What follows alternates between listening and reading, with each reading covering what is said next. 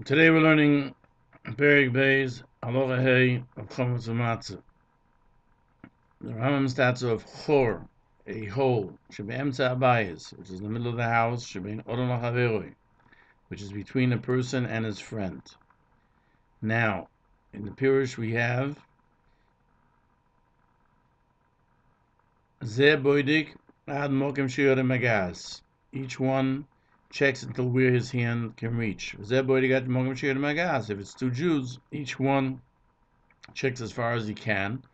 And beyond that, he doesn't have to worry because he can't reach it anyway. If perchance there's something in the middle, he nullifies it with bittul. But if there's a hole in a wall between a Jew and a goy, and one side a goy and one side is a Jew, he shouldn't check it at all because the goy will say, "What's he doing there in that hole?" And he'll think that he's doing some sort of magic against him. It's enough for him to be nullify it in his heart, and that suffices. In addition, any place that one does not bring in chometz all year, then it is not required to be checked. The Maggid Mishnah cites the Braysim Sochim, a hole that's between a person and his friend. This one checks to where his hand reaches, and the other one checks to where his hand reaches, and the rest he nullifies. And the Brisa says that if it's between a Jew and a Goy, then he checks until where his hand reaches it. Yisrael does it from his side, and the rest he nullifies. Plimoy says, Kol Atzma, you shouldn't check it at all, because the Goy might accuse him of trying to hurt him through magic.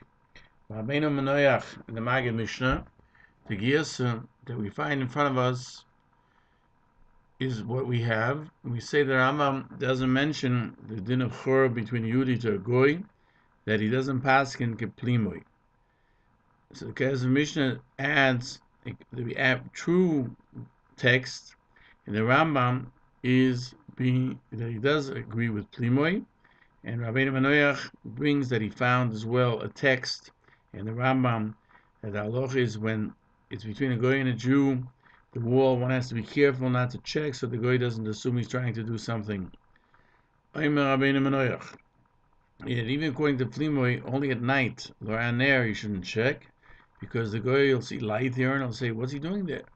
But by day, he can look into it with light that's actually there, because he's using that hole obviously, and there's a chash, so we are fearful that maybe he left there chometz, and when he checks by day, he doesn't have to be choishish that the goy will say he's doing shafim, and what he can't reach, he should be mevatel b'liboy, because the goy won't know what he's doing. He can't see what the goy is doing. When he does it with a candle at night, then light is visible through the hole, which extends through the entire wall.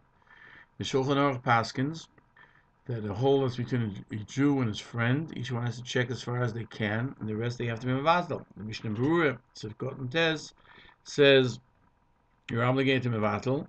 Maybe something rolled there, and it's inside the hole.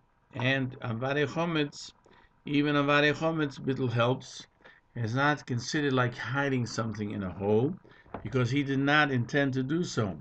If there's anything there, it happened by itself. Now the Mechaber adds that if the hole that's found in the wall from one side is a Yisrael and the other side is a Goy, he doesn't need B'diko, because lest he says magic, he's doing magic against me, and he'll come to a sakona. The Mishnah Berurah says that the Goy says that the light in the holes must be to do magic.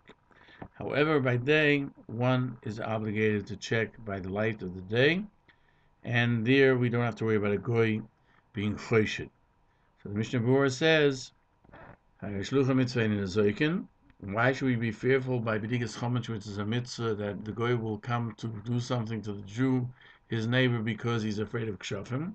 And he answers that we never say that rule where it's prevalent that the goy will find a reason to be angry, and that's prevalent, and therefore we don't do it.